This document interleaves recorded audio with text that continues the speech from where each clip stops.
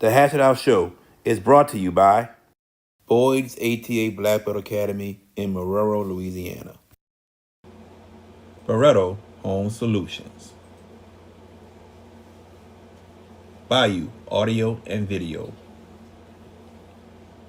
Hot Works on the North Shore. JFK Martial Arts in Mandeville and Covington. Lil Dizzy's Cafe. Kuman of Gretna. Kaylin Parker of Magnolia Wealth Strategies. Moe's Pizza. Buck's Snow Whiz. CC's Children Blocks. The Pierre Family in Lafayette, Louisiana. Leo Auto Glass. The Juber Family in Lake Charles, Louisiana. Dat Kitchen Restaurant in Chalmette, Louisiana.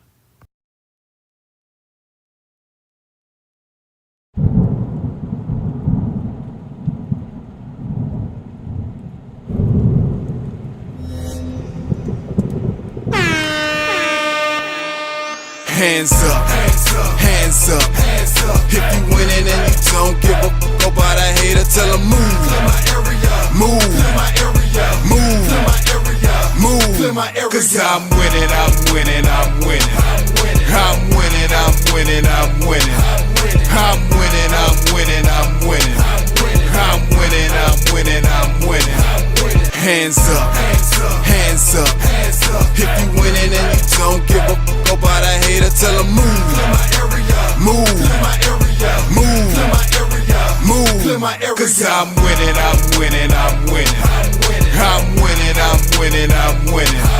I'm winning, I'm winning, I'm winning. I'm winning, I'm winning, I'm winning.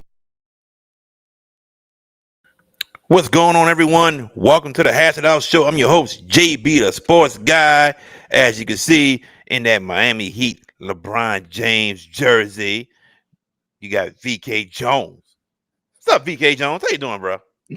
What's up, man? How you doing? Like, tag, share, subscribe to the Hash It Out Show, all social media platforms. And we're on live on Twitter, Facebook, Instagram, and also YouTube. So we definitely appreciate it. And also the JB Your Sports Guy on YouTube is also the exclusive place to watch the Hash It Out Show Game of the Week. That's right, JB, the sports guy. That's right. It's a good guy right there. Very, very good guy, I must say. 7:15, we're going to have the one and only Hank Brady. If you don't know Hank Brady, and I don't know what's wrong with you, man. The voice of the Edna Carter Cougars. I'm sure there's another school that he does. Basically, the voice of Algiers football, because he does the Landry games as well at Berman Stadium, and he also calls some games across the river in New Orleans sometimes. So he's a jack of all trades. I could have thought he did a 35 game before. He did a 35 game. There we go. A couple 35 games. Hank Brady, one of the best PA announcers in the business out here, man. And I know, man. I don't know if he ever did this in the Superdome, but we know he did it this past Friday, man. And that had to be a hell of an experience. We're gonna get with him in a little bit at 7:15 once he joins us. But VK, let's talk about it, bro. Good friend of yours, good friend of ours, a very, very well popular figure, made a crucial mistake this past Saturday. And that's our good friend, Jabbar Jalouk. Crucial, critical mistake that he admitted that his fault. He admitted he made a mistake, and it's a big time mistake, man. Big mistake. And I saw the video today, and I was just shocked because the video looked like he slapped a LSU player. And I was like, oh, man, I don't know if you know, he's been suspended for the next 3 games. But there are people calling for Coach Jalouk to be fired. And I'm going to sit here and tell you, it's something that I do not want to see because he means a lot to a lot of people. He's meant a lot of good to a lot of people as well. But if you put yourselves in the shoes of a parent, and then now you're thinking differently. Yeah, it's hard to want to talk about it because we both like the guy so much, and he's a great person that just made a bad decision, big time mistake, and I don't want to see Coach DeLuke lose his job. I really don't. If it happens, I understand it. I do. I understand it, but as a leader of young men, and you're teaching young men to become men, to be great fathers when they graduate college or go to the pros, that is something you cannot do as a grown man. That's a leader of men. And I know he's going to learn from it. I know he will. And he'll be better from it. I just don't want to see the man lose his job. But at the same time, I would understand if that was the route that the Florida Gators would decide to go, VK. Well, I have to look at the video myself, the whole video. You might have to send it to me. I might have to take a look at it myself. But hearing about what happened and everything, and I've been knowing Jabbar for a long, long time. And on top of that, his cousin graduated with me at St. Augustine in 1997. So we go way, way back. You know what I'm saying? To me, and I'm going to be careful with this because I'm rooting for the man. Yeah, me too. I'm rooting Me for the too. man and everything. Definitely. The only thing I'm gonna say about that, if hopefully he's watching, I'm a little disappointed. A little disappointed because of the fact of the matter is you're already under fire. You can't give these people a reason. You can't do that. You don't want to give people a reason to get rid of you. You're already under fire. Coach Napier and that staff was spared last season. They were spared and got an extension. The way things are starting at Florida, it's not a good start. And they could be canned at any time. The one thing you cannot do, you cannot give people a reason to get rid of you. You can't do that. You just can't. Not as a coach, not as you know, a leader of men. You can't do that. Not in that position. I can understand people not happy. People, I don't think loves it at Florida. He feels like this is his pinnacle, and he loves it there. I can see if people are unhappy with a place they work and they want to leave. There are ways that you can roll out of here in a class way, not in a way that you go out in a blaze of glory. Because a lot of times, if you go out in a blaze of glory, companies will blackball you, and it'll be bad. But just a little disappointed because you know he's been in coaching long enough. I think he will learn from this Yeah. going forward. It's just a fact of the matter is, and even me, not just as a parent, but also as a coach as well. I just knew right then and there. It's good to fire your team up, but the thing you don't give a team bulletin board material. You don't do that. Well, I'll That's what say I learned. That's what I'll I learned over the years. You I'll say don't you this. don't give a team I'll bulletin board I'll material. say this. I'll say this. As a coach, when the players on both teams are any of the faces and all that, your job is to separate that. Separate it. Prevent anything else from happening. Mhm. And you don't want no fights, no pre-game scuffles that can have players ejected. You want to separate that. You don't. You're not supposed to be the coach that's getting involved in a scuffle. You're Exactly. not. And I mean, it was just shocking to see, man. Because from a guy that we totally respect, man. And like I said, it was just a bad decision, big time mistake that he made. And he's going to get criticized from a lot of people about it. He will. He's about to take as much heat as Ryan Clark right now. So, bruh, it's not looking good in the New Orleans area right now, despite some of the success we're seeing this football season. But at the same time, I one side of it, I'm disappointed. The other side, I do feel sorry for him because of the fact of the matter is you're gung ho right now because you don't know what's gonna happen, Yeah, and it but it's it's something he you still know. shouldn't have done, no matter what. They could be Oh, yeah, undefeated. I'm not making no excuses at all. Like I said, as a coach, you don't give a team bulletin board material. You don't Yeah, do you that. don't you And don't then, touch and- players, and then you period. don't touch players. That's what I'm saying. Regardless, bulletin board material is if you touch a player or any kind of foolishness that even when the players get involved, no, you try to keep your players separated and out of the whole That's thing. correct. Because I'm like plain and simple. As me as a coach, personally, if I see any smack talk and I'm like, get your butt over here now. We're not having that. That's Every correct. time after a game is over, after the game, win or lose, I tell my team all the time, do not smack talk, do not say anything stupid, go shake hands, and let's get out of here. Sportsmanship, straight up. And that's how it's supposed to be. People you gotta keep people try to have them in a level head. But yeah, man, it's not good for Jabbar. It's not good for the University of Florida either. They already had taken enough, and now more is starting to come down. And I'm like this: Billy Napier and his staff, if things don't come together, and they got to go to Miami on Saturday, it's gonna be trouble looming in Gainesville. It's gonna be bad because Napier had what a 3-year extension, I I think think it it's a was 3-year extension. 3 extension. That's about to be gone, dude. They got to get it together.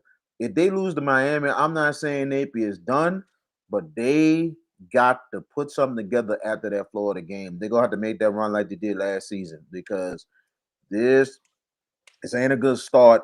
And the one thing you don't want, especially at the University of Florida, bad press. You don't want that anywhere. Period. Anywhere. It's not just the University of Florida. But back to Coach DeLuke. Man, like I said, I don't want to see this be his downfall. I don't want to see it at all. I want to see him be um how can I say this? I want to see Coach Luke become better from this. That's what I want to see. He become better from this and learn from this. Mm. I agree with that. I definitely agree. You know, I really would think one of these days he could become a head coach in college, but he told me himself in a nice, interesting conversation. It's like that's not where I want to be at. I love being an assistant because there's a lot more headaches being a head coach. And I Oh yeah, and I always thought that maybe he could be the next head coach of Southern University, which knowing his mind, it's not that. But you know, if it don't work out for Jabbar, he will be somewhere again. He will be somewhere again working. Definitely somewhere. And I'm wondering, like, I don't know if they're gonna pull the trigger. Remember, you said this last year about Napier. I'm like, the nice landing spot for him could be Louisiana Tech. I said So that. I you, did. you said that. So you know, we'll see what happens this season. But you know, my prayers go out to Jabbar and his wife and his family, to the Jaluk family, man. My prayers are with you for him to just to get himself stronger. Me And too. and the thing is, at least he put himself accountable. He Yeah, he put did. himself Yes. accountable Yes. and said that this is my responsibility. Yep. That's what real men do. That's what Okay. real people do. Not real men, but real men and women take accountability of themselves, of their actions. So hopefully and I think he will learn from it. My prayers go to him and his family that he'll gain strength after what had happened recently. Definitely, definitely, man. I mean, yeah, when I saw he was suspended, I was like, what? Then I saw the video today, I was like, oh man. Oh man. and it was actually shown during um ESPN or ABC was showing when they show those little pregame moments, be an hour before game time and everything. That's when it was actually shown, but it was hard to tell. But somebody went back. Because that was a quick clip. Yeah, That was too quick because there was just so much of time it's so much. constraints. Yeah, Because stuff going on. they're gonna give you about at least 10 seconds of what happened or Right. 15, and then they're gonna go right to the highlights. Somebody went back to that clip when they showed it an hour before game time and had to slow it down to actually see Coach Jaluk with the slap to LSU player kid. So it's just unfortunate. But we're gonna take a quick commercial break, and when we come back, we got the one and only Hank Brady joining us right here on the Hash It Out Show. Are you in need of a new windshield? Leo Autoglass can help. For 20 years, Leo Autoglass have been servicing the New Orleans area with windshield replacement and auto glass repair. Give them a call today, 504 301 8353. Hey y'all, this is Jen Hale from Fox Sports. You're watching the Hash It Out Show with JB the Sports Guy, VK Jones, and George Peppis. Did you experience storm damage from Hurricane Francine? Barretto Home Solutions can help. You can give them a call at 504 940 7552.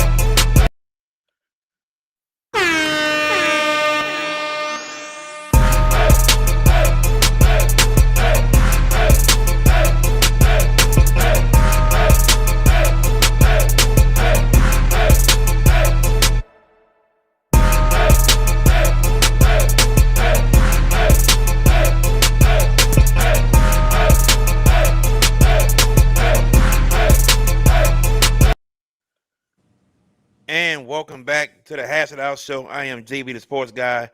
We got VK Jones with me. We got George Peppers with us as well. If you ever been to what we call Berman Stadium, which is now known as Morris FX Stadium, you've heard this guy's voice over the PA system many, many, many times. And I'm happy to have him to join us tonight. We have the one, the only, Hank Brady. What's up, Hank? What's going on, man? Hey, what's up, guys? Y'all guys are too kind. I'm just trying to stay cool up in here. They cut the AC off in this building at like 6 o'clock, so I'm sitting here trying to stay cool for you guys right now. Oh man, we got to get him out the heat, man. We got to get him out the heat, VK. Yeah, we're gonna have to Oh make man, Hank, let's start off with this, man. You got to call a game in the Superdome. I don't know if that's your first time doing a game in the Superdome over their PA system, but you got the chance to do it with Edna Karr taking on American Heritage. Just talk about the experience of doing PA inside of the Superdome. Well, actually, this was probably like maybe my 8th or 9th time doing the games in the Superdome. Earlier in the 2000s, when Landry and Terrence Davis and Landry Walker and Coach Frank Wilson was around here too, we did a lot of all-star games in the Superdome at the end of the season, and we did some regular season games. Now, I think maybe about a decade ago, we did a game in the Superdome where it was a McDonald 35 versus, I think, St. Aug, and the game went in like triple overtime. And after that, they said, that's it. Y'all done. Y'all done. We're not doing no games in the Dome. So we didn't do a game in the Dome, I don't think, for maybe like almost a decade after that night where we had a triple overtime game. So they saw what happened with that, and they kind of shut us down for, probably the next decade or so. But now we back in there, and we showed everybody last weekend that we're one of the best teams in America. It's not even a joke anymore. I mean, like, we could say this and try to be like we're flexing or anything like that, but we're beating powerhouses, national powerhouses now, and inserting our name into the book as powerhouse. Oh, without a doubt, definitely, man. And that's what I said. They put Louisiana on the map and just letting them know that Louisiana teams can play with anybody across the nation. Louisiana. Let's look at Algiers. Yeah. Louisiana. Yeah. Yes, but the talent that comes out of that little small, area is ridiculous. I would put that area, this little strip of land on the West Bank, up against so many areas per capita in America, and I want to see the result.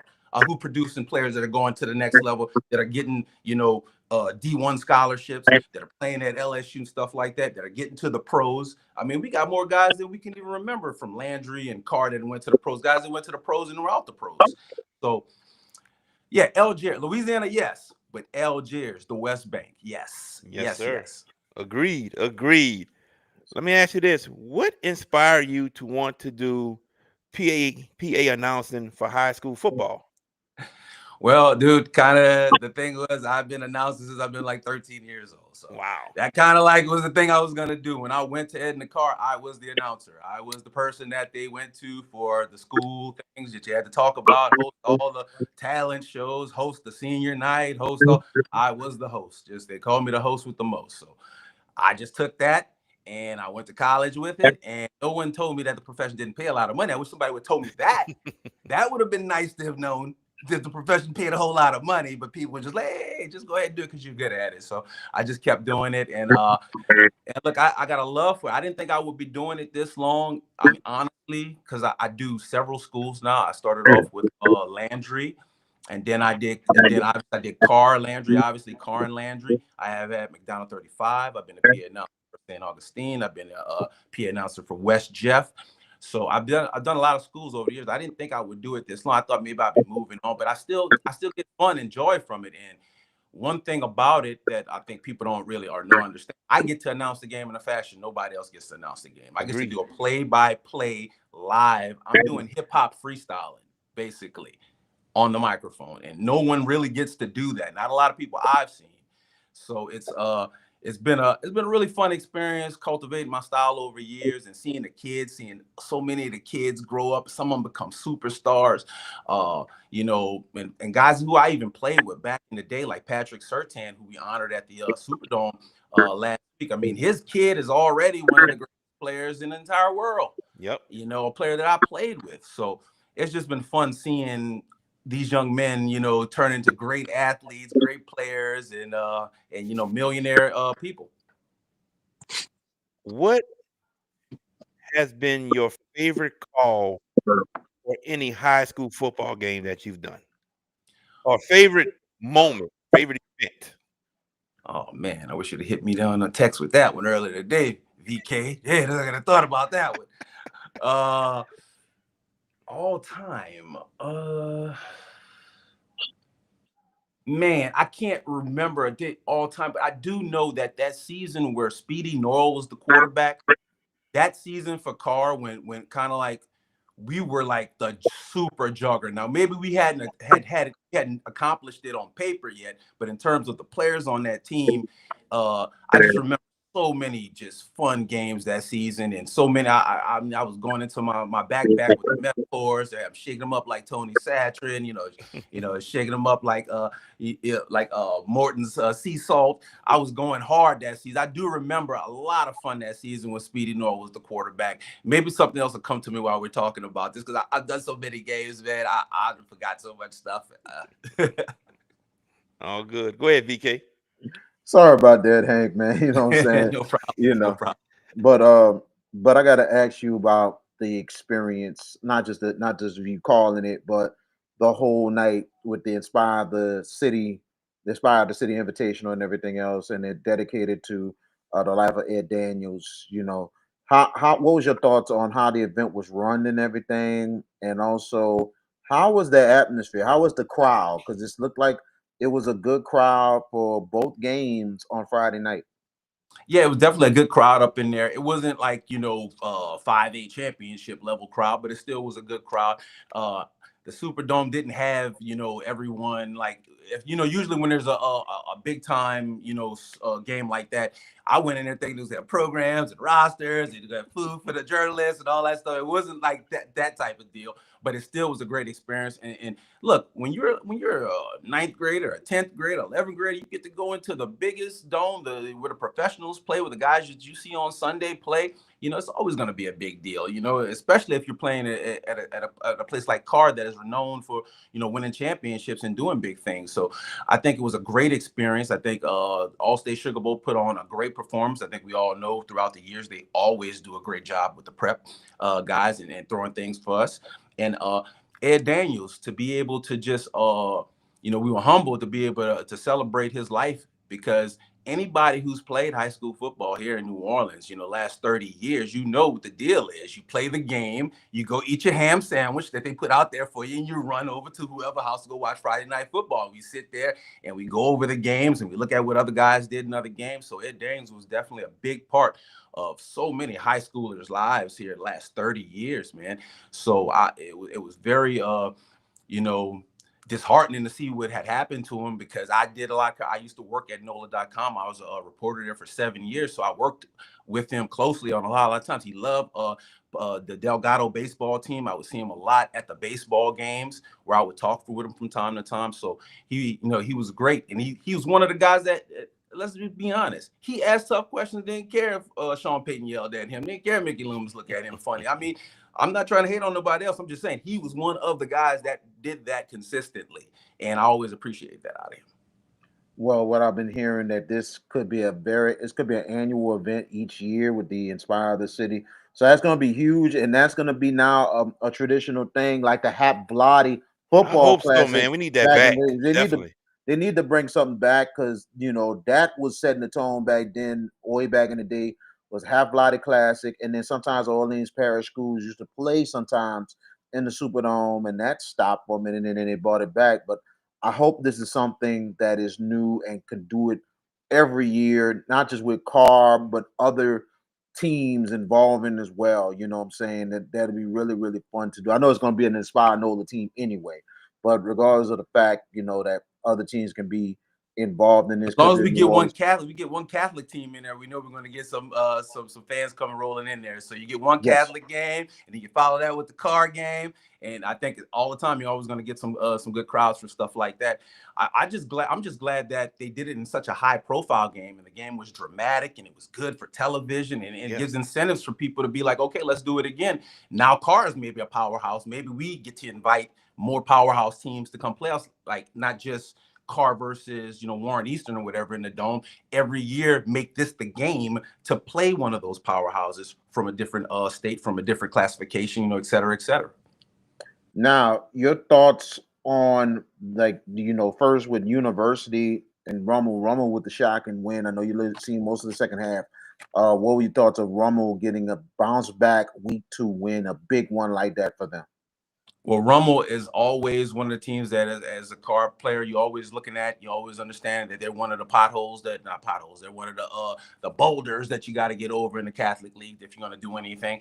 So I think in the second half, I saw a really good running performance by them.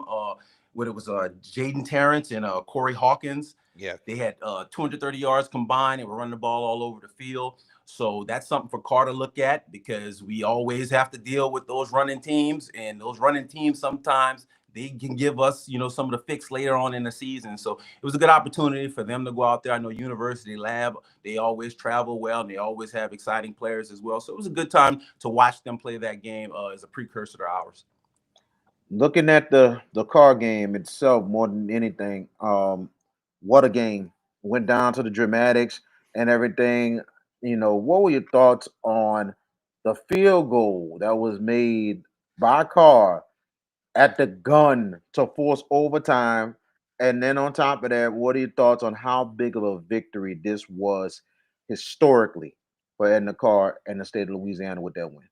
Well, somebody can correct me if I'm wrong. I should be the guy to know since I've done most of the games, but I cannot recall a bigger kick than that. I think maybe there was one in school history somewhere in there that was big, that won but I can't remember the last time we put a field goal kicker for a 40-something yard field goal kick to winter tie game, and that guy, it was just 100%. It was you didn't even have to worry about it.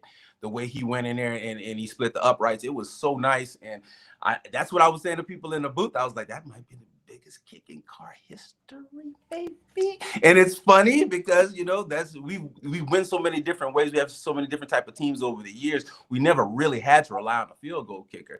But fun fact is, when I played on the 93 team, 96 team, we played Cecilia in the Superdome. We had a field goal kicker who had earlier in the season versus East Ascension made a 42-yarder. Yet in the championship game, Coach Wiley, we love him, God rest his soul, he did not choose to kick a field goal in that game. So a lot of us were kind of in the bus, like, man, my man kicked the 50, 40-something yarder. He kicked it early in the season. That would have been the biggest kick of all time. But Brian Castellan's kick and the way he was after the game, it was no doubt. He was like, look, why y'all even playing with me? I like that. I like that. And hold on one second, VK. I gotta tell Hank this right quick because I talked to offensive coordinator John Johnson the day after, and we were just talking, and I said, man, when y'all sent the kick in, I was like, uh-oh. And I said, what would stay between you and Coach Bryce Brown? He said, Bryce got on the headset and said, okay, what play you got for 4th and 18? And John said, I ain't got no play. Send that kick in the game. And that's how it be sometimes. That's how it be. And look, give American Heritage some credit, man. They only rushed, I think, 3 or 4 throughout that entire game. And the Cougars, they gave us fits in terms of the pressure on the quarterback with just 3 or 4 down. We're used to teams trying to, you know, bring pressure. They have to bring extra players, and that allows our wide receivers, who usually, you know, some really good high-level players, to have that one-on-one coverage and get some good plays. American Heritage, they came up there. I believe they had 3 interceptions. One guy, number 13, he had 2 of them, could have had 3 or 4 of them. So that was a hell of a defense that we played against for most of that game, and we were able to figure them out at the end, thank goodness. And looking at it, you said the kick might have been the biggest one ever. The second biggest one maybe ever was the first state championship game. Karr knocked down a field goal with about under a minute or seconds left, and y'all wound up beating Cecilia. And then, well, that's the biggest kick. Yeah, that was the biggest kick. You got me then. That's that the was biggest kick. I have to go through my Rolodex right here. Look, man, I'm getting up there. I forget things from time. I don't know the kicker name. I was at that game, and I don't remember a play from that game, and I was in that game. I don't know. I don't remember the name of the kicker, but he knocked down a 28-yard field goal with seconds left to win it, and then the opposite went in 96 when Cecilia. See, I remember 96 because I was a senior that year, and I remember about the bus being like, why we didn't kick the field goal? We got a good kicker who kicked it in the dome earlier in the season and made it. So that's why it sits vivid in my mind about that. But look, man, where we at right now is it's awesome. And I think what a lot of people don't know about Edna Karr is that Edna Karr always been good. They always been good. It just were a junior high. And they lost their players. Their players would go to Lawless and Fortier and, you know, and Cohen and all that. And they become stars. Some of them go to the end. Robert Pack, he goes to the NBA. He went to Karr. You know, there's a lot of players that if you go back in the history book, you look in the 60s and the 70s, Karr was winning all the city championships, everything for the 9th grade. So like my uncle who played at Karr, Robbie Green, a player who played under Curly Hallman at LSU. He's one of the greatest players in the history of Shaw football, probably the greatest safety ever. Yeah, take that, Ryan Clark. And so Ryan Clark is the greatest safety ever at Shaw, in my opinion. That's what I'm saying. My uncle, I'm saying he's probably the most he is the most well-known by far. But I think that's what people don't understand about Karr when they see us coming on in this 2000s or whatever. We had a lineage of winning for a very long time, since the 60s, man. It's just that we got to keep our players after 93. They couldn't go anywhere else. After 96, I mean, they couldn't go anywhere else. They had to stay at Karr, and we kept all our talent, and we built from there. And obviously, you know, we built it to where we are now. So we got a school. There used to be the hospital on the street. We moved the school to where the hospital used to be. That's what the football program can provide. If you're good and you help young men, you help young women, and you help them with their lives, and it's an integral part of the community for years and years and years. So what you see in that Karr right now is not just something out of the blue. There's a foundation for this. It's a huge foundation. How historic you thought the victory was on that Friday night? How historic? I think it's historic in the sense that I don't think America, like, we all know that we're good. we all know that we've been doing stuff for a while, but until you kind of play those teams that are national powerhouses, you know, the USA Today's, the Max Preps are ranking these guys. I mean, these guys were higher ranked than Karr. Had they not lost their first week game, they would have been much higher ranked. So you know, you take an opportunity like this, you know, and let's be honest, they were missing their top player, the Texas recruit. What is his name? Diabell. They were missing him in this game, and maybe something different happens if he plays in that game. But the outcome of the game, playing a top team, a top, you know, national team, and being able to ink out the victory in an exciting game. If you go online, people tell me this is one of the best high school games they've seen in a while. Yes. So, you know, so maybe people want to see more of that. I'm gonna ask you one last question. George Pepper's gonna take over with the questions. I know over the years, I know this is, I know I should have put this in there, but I'm gonna say that. I'm gonna say this. I said a couple of years ago, I said the '93 state championship team always sets the tone, but I always said my favorite, and I think the championship team was better than the '93. Was the 20, and I think I'm trying to get it right. Let me see what year it was when them and Landry Walker was there at the same time. 2015. 2015. That now I'm remembering, that might be my best memory. Okay. Both of those teams, man, because I was the announcer for both teams. We had a Mardi Gras float with both teams. We were ruling LJs. I was on the loudspeaker on the float. Those are the memories that I remember. That was one of the greatest years right there for LJ's football, without a doubt. That's one of the top memories for me in terms of high school football. I said the 2015 Karr team was the best Karr team I ever seen. Some people's like this a little disrespectful, but I said no. You have to look at how they dominated that year. You have to look at the district that year. 3 of the teams made the semifinals that year. But JB asked me, after what I seen Karr last year, I said it's a little even, maybe the edge. Which Karr team, state championship team, is your favorite out those particular 3? Because I know they won 7, but those particular 3. Man, I was gonna go off the board on you and say the team that lost to East Jefferson. I was gonna say that was the best Karr team. I was gonna go off the board on you because that team right there, that team was stacked with so many high quality players. Yes. You had Gerald Wallace, Speedy Noah, and he went to the NFL. Both of those players played in the NFL. I mean, maybe they didn't stay in the NFL. That team was stacked. That team came into that championship game expecting to play Warren Easton. All their emotions, everything was about Warren Easton. This is one of the time where Easton and Karr had just started their big time rivalry. Easton had beaten Karr actually maybe a couple of years or a year or earlier than that. So the rivalry was really, really pretty strong right there. And they came into that game with the thought process, we're playing Easton in this game right here. And they played East Jefferson. East Jefferson was on some Cinderella stuff out of this world. And they came in and they punched us in the mouth, and we did not recover in that game because emotionally, I don't think the team was there for that game. I think that team was like, man, we're not playing Easton. We got to play East Jefferson. Let's go. Speedy Noel and company. We're all going to college. I'm going to Texas A&M. You know, I'm going to Miami, man. Let's just put a bow on this season. And they just came out flat and got punched them up. I would say that was the most talented Tar team.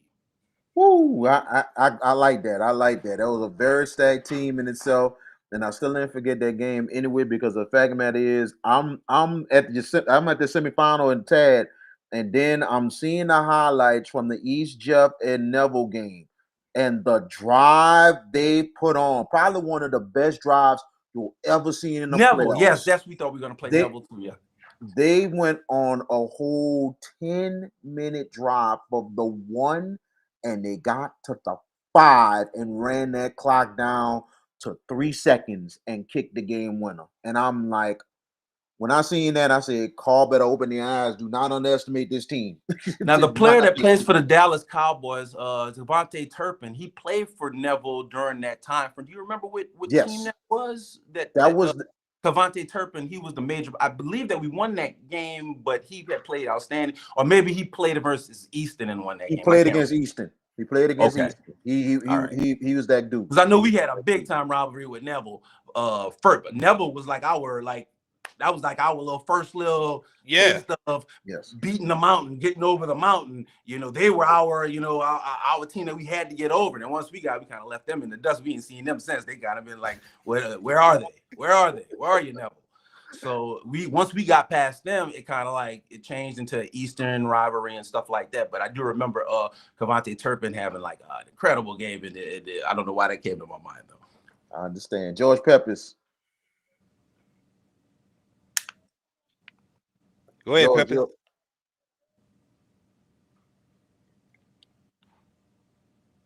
Go ahead, George. Peppers. Yes. All right, we're gonna keep it going. We're gonna keep it going. Yeah. He gets right. I remember that game like yesterday, Hank, and I remember just sitting there watching East Jeff get the state championship trophy. And they started from the bottom. Now we here when they walked off, and I was like, didn't that quarterback win like Louisiana Player of the Year that? Because he was a basketball player too. He was Eugene Wells. Monroe, huh? Eugene Wells. Yeah. Eugene Wells, yes, because I was at Times Square Unity. I covered the basketball team too. He was the point guard for the basketball team as well. I think he won Mr. Louisiana that year. He was an incredibly inspirational player. Everyone followed him. Like I said, that team athletically had no business beating Karr in that game. But will to win, sometimes that stuff is real. That's and right. I watched it in that game. Yep. George Peppers, you back? George, can you hear us? George, can you hear us? T-Move internet. So yeah, that's his internet. We know it. All right. So let me ask you this. Because you mentioned the Speed and Noah team that lost is the greatest. I think last year was the greatest. VK has his own opinion, but what are your thoughts now about this team for Edna Karr? Because they're loaded, but defensively, this may be the best defensive team they've ever had. Well, coming into this season right here, obviously we lost a lot of good players. So my thought process is that this might be one of the seasons where the defense, like you guys says, has to lead us a little bit more. In years prior, obviously, it's the offense. It's 4-star wide receivers everywhere around the field. You just throw up, you're playing pitch up and tackle, basically, in a lot of those seasons. But this season, Karr doesn't really have that 5-star type. They still have some good receivers, don't get me wrong, but they don't have that one guy that's keeping offensive coordinator up. And what I'm gonna do, I have to put 2 and 3 guys on this guy all game. So the quarterback, John Johnson, who's a Liberty commit, a good player, he's gonna have to maybe be a little bit more patient this season. Take what the defense gives him. He's a guy he loves. I mean, his nickname's Hollywood John Johnson. He loves to get that ball deep downfield. But I think that in the current makeup of the team, it might be better to maybe, take what the defense is giving you a little bit, allow those athletes to run after the catch. They got Trey Garrison is a bruising running back. He's shown all season long that he can get multiple yardage after the catch. I mean, after first contact. So I think that maybe a recipe for being a little bit more physical offensively and running the ball a little bit more. We don't run the ball like that. We never do that. That's just not our philosophy. But running it a little bit more with the physical runners that we have, understanding that we don't have just the one guy wide receiver that you could just throw a go route to at any play all game. I think that might be a better decision for the offense. But look, they got some talented guys that you guys don't even know about, haven't even heard about. They'll emerge throughout the season. They'll emerge, and you'll see that we got some talented guys that's back there as well. Definitely. George Peppers, can you hear us? I can hear you fine. It's thinking internet. Hank, first of all, thank you for joining us and taking time out of your schedule. But how long have you been doing this now for Edna Karr? Oh, man, I have been announcing these games since 2002. So my first game out of college was Terrence Davis at Landry. Paid me $35. And that was like, okay, I'll do that. I'm out of college. I don't have no money. I'll do $35. I'll give me, a couple McDonald's meals or something like that. I'll be all right with it. Now I charge much more than that now, thank God. Thank God I came to my senses. But I came in there about 2002. Frank Wilson was the coach at Landry. He flipped that entire program around. They went to the Superdome. They played Curtis in the championship game. A game I think a lot of people feel like we kind of got done dirty in that game, but that's another conversation. Yeah. But yeah, I started in 2002 and with Landry, and then I got to Karr. Obviously, Carr's my alma mater, so I didn't really have nothing to beg him. And I just was like, hey, Landry hired me as an announcer. Y'all want me to announce games for y'all? And he was like, oh yeah, yeah, sure. And so from there, it just became what it became. And I didn't have no clue I was gonna be doing this long. I'm not gonna lie to you. I felt like I'll do it a year or two, and I go somewhere else and do something. But it's been a very rewarding experience, man. I've been seeing since Curtis Johnson and them play. I've seen so many great players and players that are growing and go to the pros and stuff like that, giving nicknames to players. Action Jackson. Remember him from Karr. It's just been a fun experience. It allows me to do my hip hop, if you feel me. It allows me to do my hip hop. It allows me to get my that's what I can get out of it. That's my recreation, and it's fun for me to do it. Otherwise, I'm in this office building. And if they put, with the office building with the AC not working at this moment, right? So hopefully that gets going. But my next question: you've been at this a good little bit. What's the greatest team you've announced over your tenure? What's the one team that just, yeah, they're the ones. They're the greatest team that I've ever seen, and announcers and whatnot. Well, like I was telling them earlier, the 2012 Karr team, the team that didn't win the championship, that was one of the best teams one of the best years that I had announcing. I mean, the games were incredible. They were like it was almost like pro athletes out there, like the stature of the players. So I remember that. But I also will put in, since I was an announcer for Landry Walker as well. I got it through that 2015 season in there. We guys talk about what both Karr and Landry Walker won. That was a special feeling to see both teams in Algiers going to the dome like that and be dominant figures like that. And everybody knows each other. Everybody, mama, sister, brother, everybody know each other. All those teams, they play park ball together and stuff like that. So it's good to see all those kids have their dreams fulfilled coming from the same little bitty area like Algiers. Man, that was really fun that 2015 year. Yeah, that really sticks out in my mind because I got to announce for 2 championship teams. And the 250, to add on to 2015, the best moment of that championship weekend was when Karr was coming off the field and Landry was coming on, and talk about firing them up. And Landry Walker went out there and pasted West Monroe that night.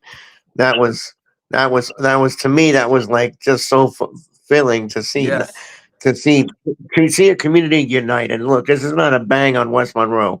It's a community uniting. It's like, hey, Landry, we got ours. Go get yours. Landry Walker, go get yours. And they did. And to me, that's an unsung moment for me. I wasn't there. I wish I would have been, and I credit VK. He posted a video for me to watch because I wasn't in town then, and I got to see it. I was like, all I caught was chills, big time chills. I was like, even knowing that it happened, it was like it's still one of those moments. It's like, man, you wish you were there, and all that, and seeing just the pure joy, the pure emotion, and everything else. To me, that's one of those. And you went back a little bit to where Walker could have won the state title against Curtis. Um, the swinging gate got them beat. That I was in the dome that day. I was there, and I was like, "We're going playground ball, JT." That's what I hear you. And I was like, "Man, that's a play you draw up in the playground in the sandlot." That's just one of those things. But wouldn't you put Carr's team from last year in that discussion? Because, Hank, look, that team demolished people last year, and then they finished it off with an emphatic win against a pretty good Alexandria team that made a nice run and beat a lot of good teams. Doesn't Carr's I'm team from not. last? Lakeshore is definitely a great team, and they played great that season. I was just not very familiar with the athletes on that team. I don't really, they kind of like came out of nowhere to me. And I watched the game, and when I watched the game, I saw, in my opinion, was a separation of talent. I didn't see Yes. the talent at the same level, No so I doubt. didn't look at Lakeshore as no disrespect to Lakeshore for what they've Oh, done, no. what they accomplished, bringing a new coaching staff in there and getting to the championship game that quickly, man. That's great for them and awesome. But in terms of just the visceral pureness of watching them play, I didn't feel like that was a team that was on Karr's level to be like, oh, well, this let's anoint them now since they beat this team. This was just a team that No, they went there and beat. no, I was saying Carr's team from last year that won the state title. Where are they in the discussion for great teams? They're Ed and Carr. definitely up there. They're definitely like 2 or 3. Like I said, I think that 2012 team, just from a talent standpoint, was the best team. But I think maybe 2 or 3 that the team from last season. You got to understand, this team went into the Superdome, and I think in the first quarter we had like 4 or 5 interceptions, and it wasn't the prettiest game to start that game. It just was attrition because just our athletes at a point just took over the game. It was too much for them to handle. So that to me that was kind of like look, I'm not trying to be arrogant here. That was more like a typical Karr team to me. I'm just being honest, man. That to me, I feel that. we have teams that have had incredible dominant defensive performances over the years. There's still an argument out there that the 93 team had the best defense of all time. There's still an argument for that. You know, we had some players on that team. Even the 96 team, Nathaniel Jones, who went and played at Northeast Louisiana or US, I can't remember. But we had some players over there. So just from my standpoint, when I think of greatest teams, I don't necessarily think about, you know, the final result or the X's and the O's of the moment. I think about the full makeup of the team, you know, the players, because this is high school football. This isn't the pros or anything. You see legendary players on teams that aren't that good. So you got to appreciate that sometimes. And I see somebody below ask me who's the greatest player I ever watched. That answer is easy. I was the announcer for St. Augustine for a year. So Leonard Fournette, I did his junior year, and I was able to say a lot of fun stuff that year. As he was a chess move on the field that no one could even deal with. I don't even know how he was even playing high school football, honestly. Some of the kids that had to tackle him in the game, we were fearful of. We were scared of. We were scared some of those kids had to go to the hospital, to be honest with you. So the best player probably I watched just from a standpoint of just week in and week out was probably Leonard Fournette, just for his pure dominance out there on the field. But I know Pat Surtain, I played with him at Karr. He was the best player in Karr history, I would say. Patrick Surtain. Okay.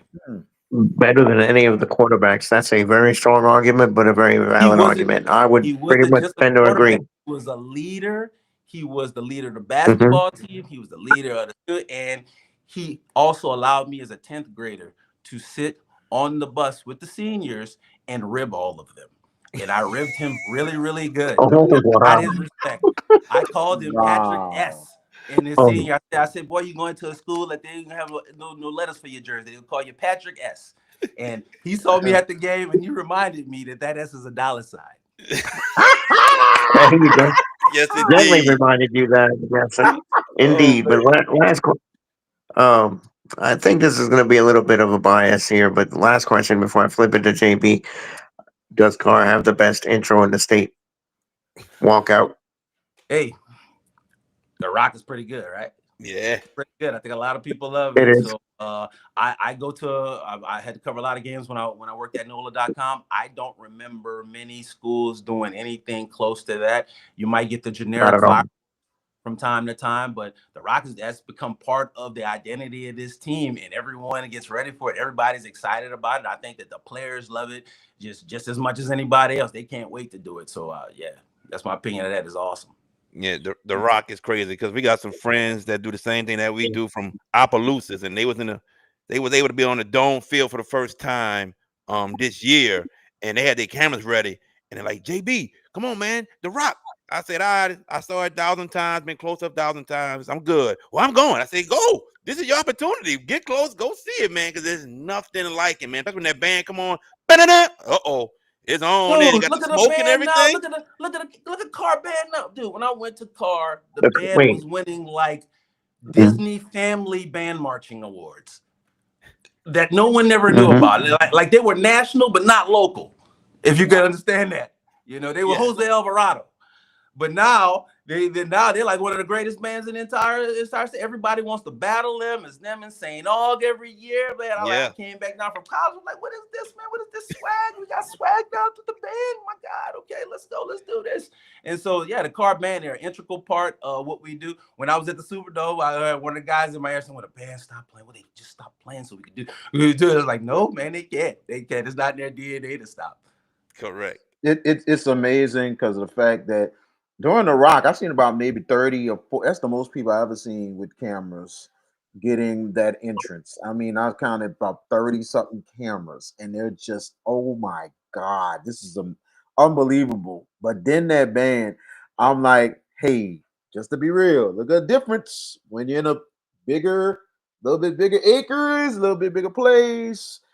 It's amazing growth because it was already a great band at 60 something members, already a great band. And now, since the school has widened and a little new land, over 100 people in the band, I'm like, oh God. I'm like, bruh, y'all, I'm not going to say you're more unique than St. Aug anyway, but now you're at 100. Lord Jesus, who going to touch this band? So that's how good Karr and the Karr's band. And the Karr, man, we came out of the ashes, man. Like, look, hey, a little junior high in the middle of nowhere, man, and it has expanded to being one of the top representatives of New Orleans football, New Orleans athletics. You know, we holding the torch. And you see what you did? See what your band did? What your band did to St. Aug? Now St. Aug got 175. Their goal is to get the 200. Here you go again. Got to put St. Aug over it all the time. Hey, St. Aug alum. There you go, Hank. I'm just saying. Look, we had to catch up. So look, you can have a little bit of that. We had to catch up. We came out of nowhere with this. Like I told you, in the 90s and early 2000s, man, we was winning like Mickey Mouse awards for band marching. Like, you know, like greatest family song, Karr, and stuff. They wasn't doing like, you know, Drop It Like It's Hot and all the stuff they're doing now playing. So to see the transformation from this band to where they're even acknowledged with St. Aug, to where we're even on par with St. Aug, that's an accomplishment. You guys are pushing the tone for everybody else to push higher. Second to none. I'm saying second to none. That's the motto of the school. It is. Hank Brady. If you never heard Hank Brady on the PA system, I suggest you go to Morris FX Stadium this Friday night when Edna Karr takes on McDonough 35. Team I did last year that I don't do anymore for some reason. See if we got something for them this week. There you go. There you go. You can hear one of the best to do it, Hank Brady. But Hank, thank you for joining us, man. We truly appreciate it. Appreciate you guys. Thank y'all so much. Definitely, Hank. Definitely. The one and only Hank Brady, man. One of the best. Got the voice, man. He got the voice on the PA system, man. And he said something when they played Shaw, and one of somebody on Shaw sideline goes, "What's that man talking about?" I said, "Hey, man, he's with Karr. That's his job." I said, "That's his job." I said, now I know our guy Tommy, for sure, he's more respectful. He won't do none of that. But that was me on the mic. Oh, bless my soul. Name of the Father, Son, Holy Spirit, amen. Because I be trying to be like Hank. I ain't going to lie to you. I ain't going to lie. But you want to bring that hypeness, the excitement. And that's what Hank does, man. Second down. Make some noise. Hey, Eagles fans, it's third down. Make some noise. I tried to do Hank one time because he asked me to do a PA one night for him at 35. And it was a fun thing, and they got used to me a little bit. But at the same time, like, dude, he's a standard, bro. Yes. He's amazing what he does. I remember one call, he said, "Oh man, this guy, he's getting chased. He's running away like the police going after him." Oh my God. Oh man. We're gonna take a quick commercial break, and when we come back, it's what y'all been waiting for. Time to pick some games. Who's going to win week 3 right here on the Hash It Out Show. Y'all don't go nowhere. Stay right there. At Bayou AV Security, we are your one-stop shop for all your needs.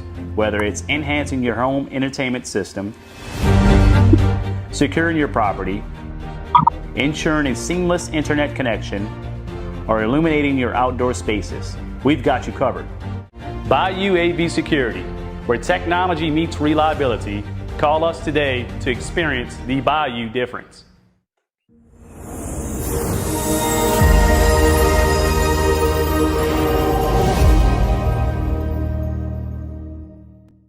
JFK Martial Arts offers a wide variety of martial arts programs for kids, teens, and adults as they empower lives through martial arts. Please give them a call at 985-266-0664, and don't forget to ask about their 1-week free special.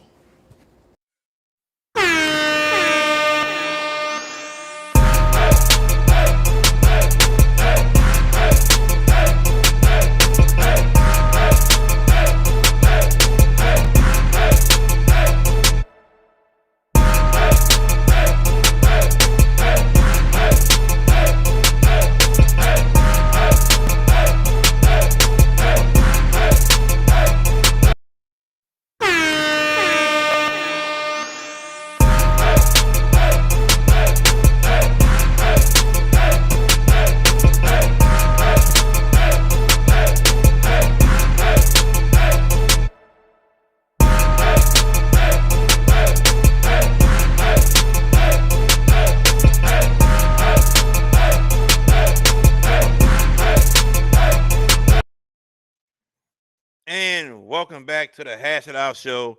JB the Sports Guy got VK Jones. Where George went, I can't even tell you right now. I can't even tell you right now where George went. Oh, there he is. George Peppers, ladies and gentlemen. There's George Peppers. All right. So I get rid of that. There we go. So tomorrow night, the Hash It Out show, Thursday night, game of the week. We have the Patrick Taylor Tigers taking on the St. Martin Saints. You can catch that game right here on the YouTube page of JB the Sports Guy. Pregame at 6:15. Game starts at 6:30. And then for Friday night, the Hash It Out show, Friday night game of the week, we have the Terrebonne Tigers taking on the St. James Wildcat. Pregame at 6:45. Game time 7 o'clock. You can catch that game right here on the YouTube page of JB the Sports Guy. We want all y'all to tune in. Tell everybody you know to tune in as well to watch that game. Now, it's time. 3-ball mice. Oh, you got jokes, huh? You got jokes, huh, Tory B? All right. All right. I hear you. 3-ball mice. Okay, got jokes with us. Anyway, what's up, DJ13? You here to argue, huh? Let's do it, brother. Let's do it. Let's get into the picks. We do have some Thursday games, but I got one Thursday game on here. That's all I got. And somebody Instagram says, what's our prediction for Patrick Taylor versus St. Martin's? We can't do it because we're streaming the game. So just tune in. But let me go.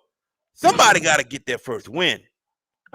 Thursday night, West Jeff and McMain. Who gets their first win, VK Jones?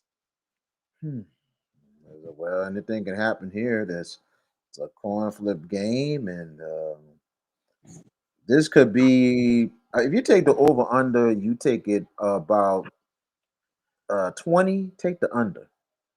Take the under in this game, because I think this is going to be a defensive struggle in this one. I'm gonna give West Jeff the edge in this one. West Jeff gets their first one. GP, who you got? Oof. You're killing me, Jared. You're killing me. No, I'm kidding. But I'm going to go with the Buccaneers, too, because at least they've played top tier opposition. You know, Franklin Parish is second in the state. Karr in the Jamboree, obviously the favorite in Division One. I'll go with the Buccaneers to eke out their first win in what promises to be, as VK mentioned, a defensive slugfest. All right, my time. I think West Jeff gonna win by double digits. I think Kenny is even with me on this one. I got West Jeff by double digits. I think West Jeff gets their first win of the season.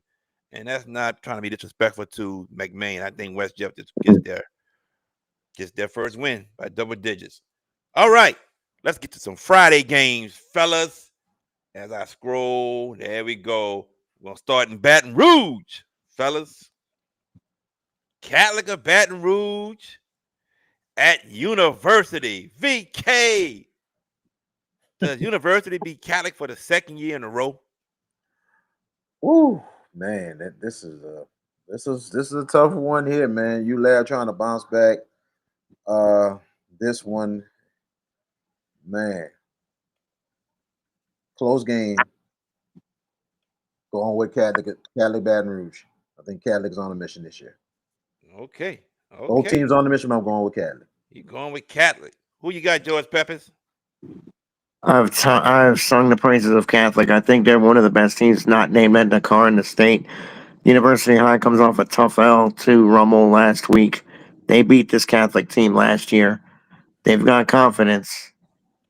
I think they give them everything again, but I'm going to go with the Bears on the road to extract a little bit of revenge and win a very close game. Catholic. Give me Catholic as well. Give me 10 and over. Catholic of Baton Rouge with the win. Let's stay in the Baton Rouge area. JFK at St. Amand. VK, who you got? Oh, man, this is going to be a shootout, definitely. Take the over 20 on this one because these two are going to really go at it. It's going to be another close game. Tough one here. I think I'm gonna go Santa Maul by a touchdown. You got Saint Amar. Who you got, George Peppers? Kennedy struggled mightily last week. Just offensively, they just really couldn't get out of their own way. And then there was a spurt in the second half that Warren Easton was able to check out. Saint Amar looks like a really solid team, and it's a difficult matchup on the road. Love Coach Elpage and what he's done for that program, but I feel like this year seems like a semi-transition, and last week pretty much validated it. I'm going to go with the Gators as well, Saint Amar. Yeah, look, we gotta remember last year with the team Coach Elfage had that game winning drive they had, Amani Darrensburg and what he did to win that game. Yep. This offense is still trying to put things together. It's not there yet. Give me Saint Amar with the win. I'm gonna go Saint Amar. Um, Kenny, I don't know. They might want to run the ball. They got DB's not bad for JFK. They might want to run the ball. Tell you the truth. Yeah, to be honest. Yeah. All right. We staying in the Baton Rouge area. St. Michael at Estruma. Woo! Who gets the win in this one, VK? I'm gonna go. St. Michael been trying to really build and everything else. A program that's trying to stay consistent. But I'm gonna go with our boy, Coach Glover, out there in the Struma to get them boys to 3-0. Give me a Struma. Okay, Peppers. Give me the home team as well. I think, St. Michael's of the Archangel is a good program. They've made strides. They finally got a playoff win. Um, I feel like at the end of the day, though, it's Struma and Brian Glover. Here's the kind of game he took that job for in left East Jeff. Give me a Struma. I'm going with Estruma as well. Give me the Estruma Indians. All right, here we go, guys. Ascension Christian at Covenant Christian. Who you got? VK. Close game in this one. Very good matchup between these two teams. It's starting to be a good rivalry between these two. I'm gonna go Covenant Christian close ball game. Ooh, he's going with Covenant Christian, y'all. All right, Peppers. Thought about taking the road team here, still thinking as we speak, looking at it, but I just, I know I sang Covenant Christian's praises in the preseason when we put together our preview and everything else.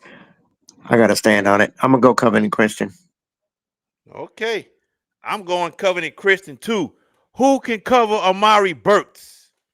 Who can Tough cover cover. who can cover Amari Burks? That's a tough cover for Oh, anybody. is it a Family. get a ball to Amari Burks. Give me Covenant Christian. Now, Family. this is for George Peppers, y'all.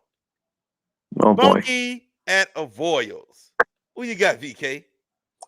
Uh, Bonky's gonna. I think Bonky's gonna get it done. The Balls might pull up a fight, but I got Bonky. Peppers. I'm not gonna disrespect the opposition, and I like Corey Bannister a lot. He's a good guy. Really good mind. He's trying to get Evolves on the right track. But Bunky, yes, they graduated some people. They graduated some big pieces, but they haven't lost a beat. Give me the Panthers. Name the number. They will win this game big. All right. Give me Bunky as well. Big. Let's go to the East Bank of St. Charles Parish. Alexandria is coming to town to take on Destrehan. A lot of people said Alexandria wouldn't be the team they were last year, but kind of proving some of the doubters wrong. But other people are like, let's see what they do against Destrehan. VK Jones. Alexandria off to a really good start this year. They have really proven themselves, but this is their real first big test for Alexandria. And I think Destrehan is looking for a big signature win going forward, and this could be a good one here for the Wildcats. Give me Destrehan. Peppers. When they played this game last year, Jackson Fields was not in this game, right? That's correct. He's here now.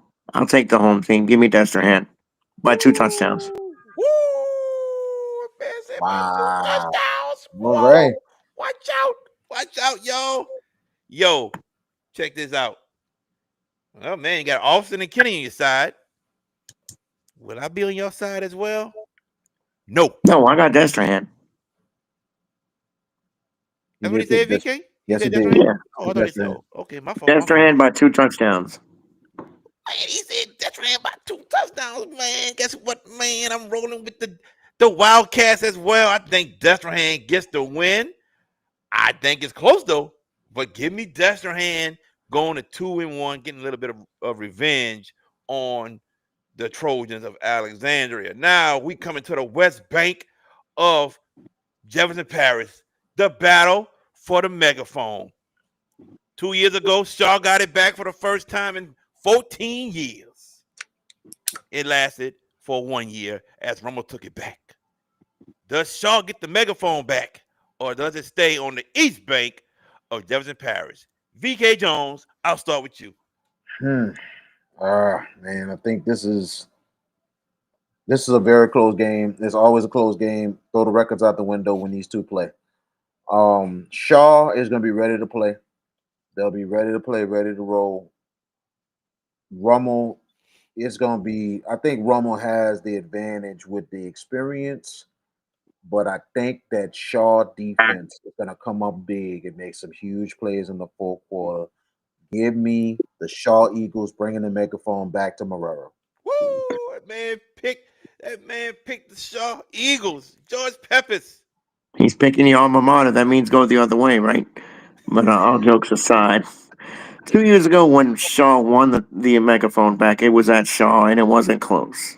Shaw eviscerated Rummel that night. They won by what was it, 26 points or something? They won very big. I think They by dominated 15. and Rummel talked a lot of noise in advance. I remember that week. They were talking mad jack all week. Um, I haven't heard any of that peeping this week, but Shaw's offense is still trying to find an identity. Yeah, they romped West Jeff last week. Um, but now they're going for there. Look, there's a lot of emotion every year in this game, and Rummel coming off a good win against a University High team that's going to be a factor in their division. With that said, though, boy, if I pick Rummel, I'm going to get kicked off the Hash It Out show. So I'm not going to get kicked off. I can't see Hank losing 2 years in a row in this spot. I'm going to go Shaw, and that score by Charles Allen fits just right. I think that's the kind of game it's going to be. Give me the homestanding Shaw Eagles to take the megaphone back. Hmm. You know, I've said it for the past couple years now. Past couple years, man. Shaw has trouble stopping the run against good teams. And that's just been the Achilles heel. You got great DBs who can cover, but stopping the run has been the Achilles heel against good teams. The way to beat Rummel, you have to stop the Rummel run. You have to. On the other side, we know what Rummel loves to do. I just said it. They love to run the ball. That's it.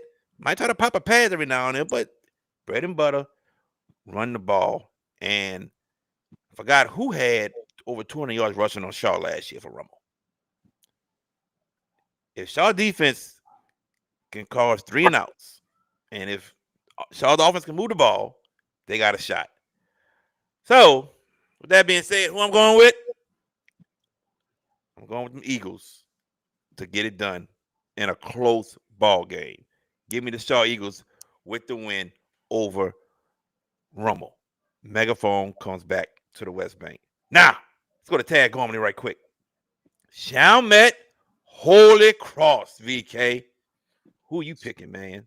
So far, everybody has agreed to their picks, so that's crazy there. So, let's see.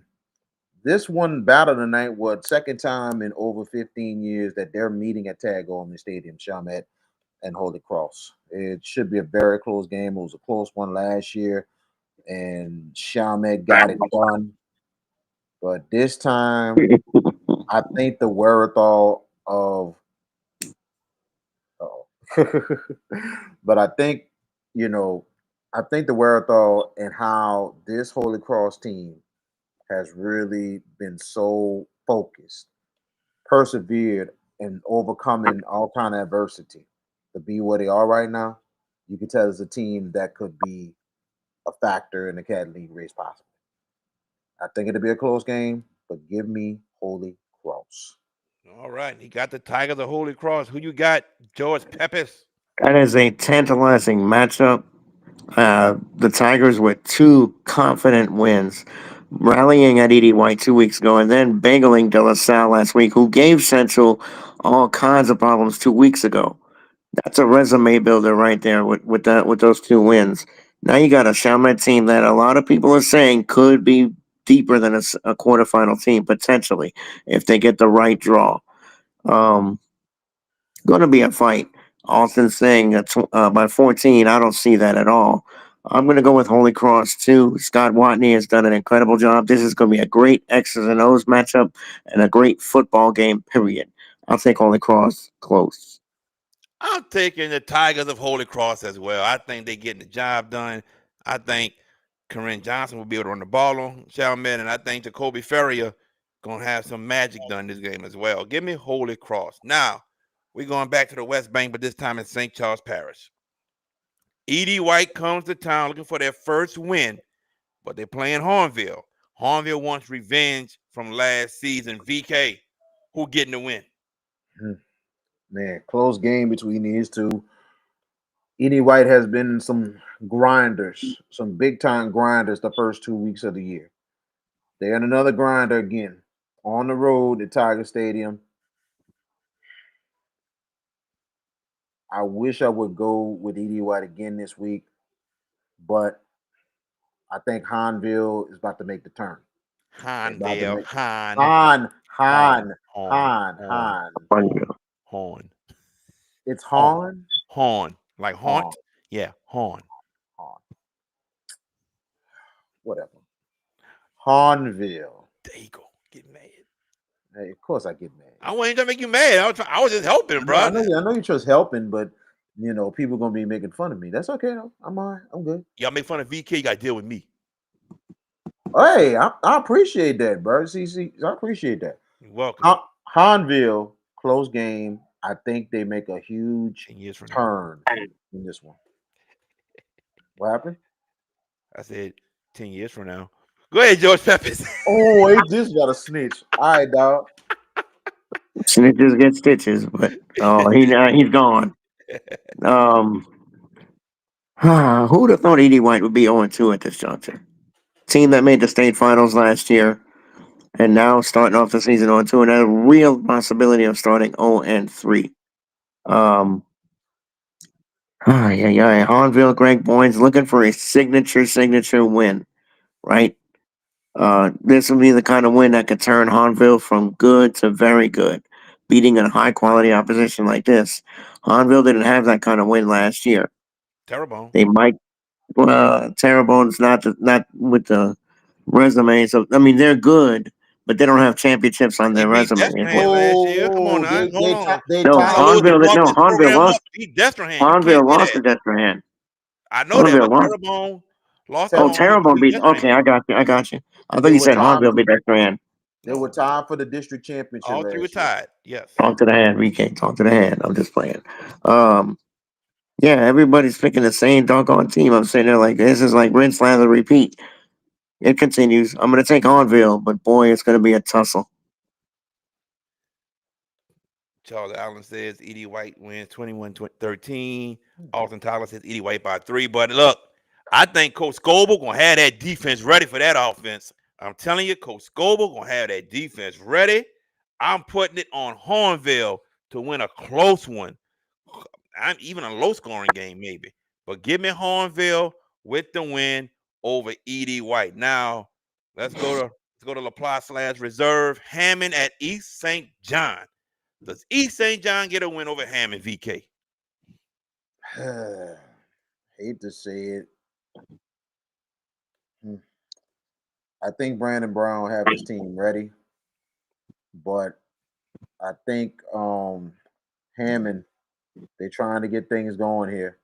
1-1, and they're looking to go over 500.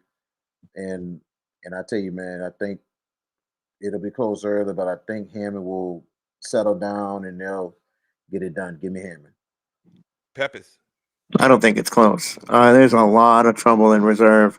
East St. John's team has just been a myriad of a mess the first 2 weeks. They have really not been good. St. Aug went up there and beat them by 50 the week before. Who was it? Lutcher? Not Lutcher. Was it Who? meat? who A meat? Amy. Wasn't Amy. Amy? Yeah, No, Amy whooped them the first week. no, no, Uh, no, no, no. They did. No, they beat a meat. no, they Who beat a lost. meat? East St. East John? St. John's Oh 0 no, 2. no, no, no, no, no, no. I thought you was talking about. I thought you was talking about Hammond. No. Follow the conversation, He sir. said East I'm St. talking about East East. St. John I said lost East to St. John is they've lost 2 games. They have not won a game yet. right. I'm They going lost to with St. Hammond. Aug and they lost to St. James. St. James, that's who popped Right. them. St. And James. neither game was close. Make that 0-3. Hammond, big. It's just crazy. Just a couple years ago, I think That it's East Kenny St. John was Gamble a got it. championship player. Just yeah, they gave Destrehan everything they could handle in the regular season and a playoff game, quarterfinals at that, and then it's I don't know. That's all I say. I don't know. It's just strange to see how that happened, man. And I know Coach Brandon Brown is doing the best he can do, man, to get this ship going, man. But I got Hammond. I got Hammond winning this game as well. All right. Somebody looking for their first win as well. The Landry. The Landry Buccaneers coming to play John Ehret. They ain't got far to go. They ain't got far to go. The buses can leave at 6 o'clock if they want to. But but somebody getting their first win Friday night. VK, who you got getting the first win? Interesting matchup between Willie Brooks and Nick Foster. Two coaches really trying to improve their programs and everything. Both teams off to a slow start, but at the same time, I think this would be. I wouldn't be surprised. This could be a shootout here. You know what I'm saying? But I really think the fourth quarter, John Ehret takes over and they'll get it done. John Ehret will get their first All right. Peppers. Quite the opposite. I don't think this is a shootout. Um, I don't think this is because Aaron's offense has been just uh, trouble. 7 points in 2 games. They're not playing with really any confidence, but this is a very winnable football game against Landry. And I'll take 20 and Aaron Austin if you're feeling froggy. Um, and that's not the alum talking. That's the analyst talking. Um, I think both teams are going to try to find an identity here. This is a game they can look at each other and say, "Yeah, we're comparable and we can win it." And who'd have thought that with the Patriots a few years ago? And now you're looking at a game like Landry to be a get right game. I think the Patriots win just because I think the talent they have, the players they have, they're a better allotment of talent than what Landry is bringing. Give me John Ehret in a low scoring game. You know what? Give me John Ehret as well. I think they get it done. I think it's gonna be a tight ball game. I think Silas Rude some type of way finds his first name is Darryl. I can't think of his last name. He finds him for a touchdown, game winning touchdown. Give me the Patriots or John Ehret getting their first win. Now, we got a daytime game, 4 o'clock. Livingston coming down to Algiers to play young Oh, audiences. Woo, VK, who you got? close ball game, real close ball game. Devin Francois and Dennis Christopher, battle of Algiers greats in itself. Francois coming from in the car, Dennis Christopher coming from Old Perry Walker. It's going to be a hell of a ball game, a close one. Livingston has a great chance of winning this game and because of their maturity. But I think young audience is about to send a serious message that they are for real. Give me the Yaks with the win. Peppers. and now in game 13, we have a dissenting vote. Give me Coach Francois and Livingston. I think they have a little better feel. I think their talent base is a little bit better. And look, young audiences, ladies and gentlemen, is absolutely 100% for real. But Livingston has the wherewithal, and I think the temerity to go there and get a very close win. Give me Livingston on the road. Okay. Deciding factor is me. If young audience wins this game, I think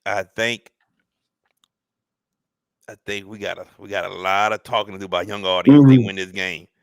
All right. Absolutely. They beat West St. John. They beat Cohen. They could beat this Livingston squad. Then we really got a lot of talking. But I'm going with the Wolves of Livingston to come down and win a tight contested ball game. Give me the Livingston Wolves as well. VK, you the lone wolf, huh? Well, I'm like this. And here's the thing.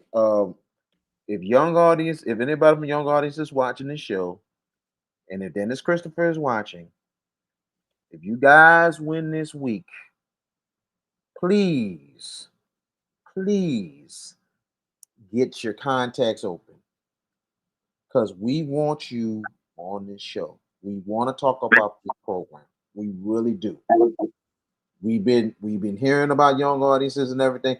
And sorry if I'm doing this in advance, JB, but at the same time, Dennis Christopher, if you win this week, make sure your communication lines are open. We Check your need text you on. messages, bro. Check your text That's all message. I gotta say. We want you on the interview. We Everybody, didn't if try it already. John Johnson, if you type with Dennis, tell that man if they win, open your lines up. That's all I'm gonna tell you. We need you on the show, brother. All right. Let's go to the East Bank tomorrow. I was told this was a Thursday night game. Somebody had it in the publication as a Friday night, but this is a Thursday night game. Pope John Paul II coming down to play Riverdale. Does the Riverdale hype train continue to roll, VK? What you say? Tough game here. I think it's a tough game. I think Pope John Paul has really been stepping up more than anything else. They are becoming a more consistent program after having a great season last year. Not bad start for them. I think it's going to be a tight game, but Riverdale comes up big and gets the job done. Give me the Rebels. Peppers. Charles Allen, you listening? Are you listening? I hope you are, because I'm not going to be foolish to pick against this Riverdale Rebels team this week. Give me the Rebels as well. It's an interesting matchup in styles, contrasting styles. I'll take the Rebels, though, to get it done, JB.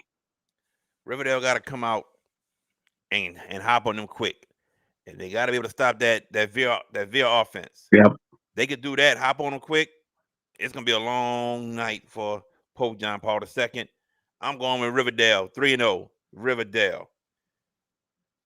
That's last year. That's last year. DJ 1-3. That's last year. That's last year. Coach John Johnson said he gonna let him know. Yeah, let him know. I texted him that last week or week one. I texted him. No After they response. beat Wheat St. John, probably. Stop it.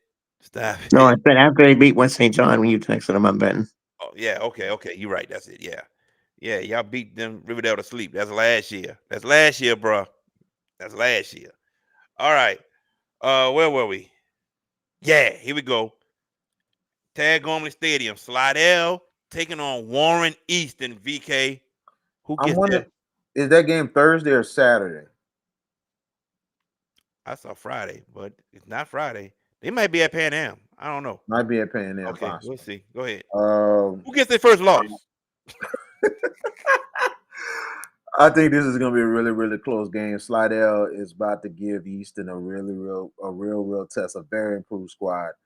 But I think Easton pulls away in the fourth quarter. The Eagles, they go 3-0. Peppers.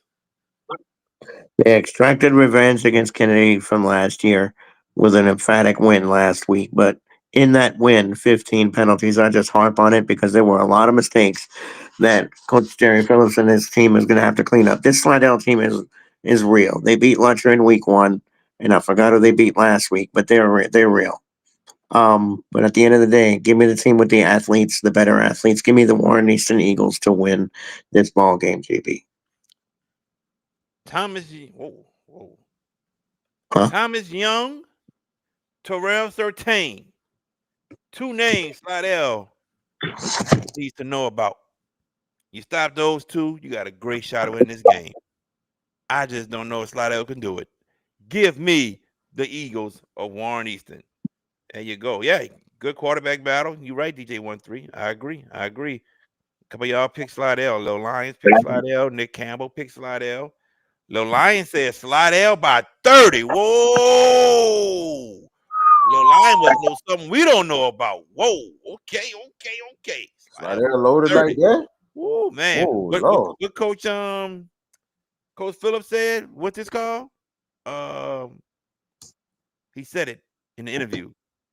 I'm trying to remember I'm trying to myself. remember too, man. Getting the respect back or something like that. Getting the respect back, I guess. Something like that. Yeah, something like that. All Yep. right. We're on the revenge Yep. tour. All right. West Bank of Plaquemines Parish. South Plaquemines at Bell Chase. Does South Plaquemines finally get over this hump and beat Bell Chase? Because it's been so long, VK.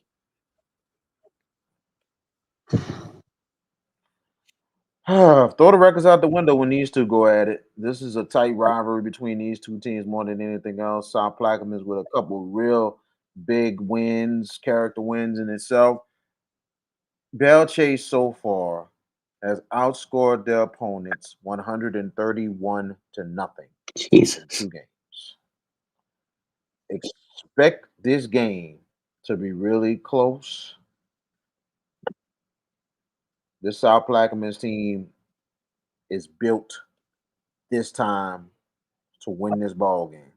They got a great shot, but I think Bell Chase. I want to do it, but I can't. Bell Chase got too many weapons. Bell Chase close Peppers. win. And I thought he was going to advocate the presidency of the Bell Chase fan club. Okay. Well, so South Plaquemines is so overdue to beat this team finally, right? They're hearing this all the last few years.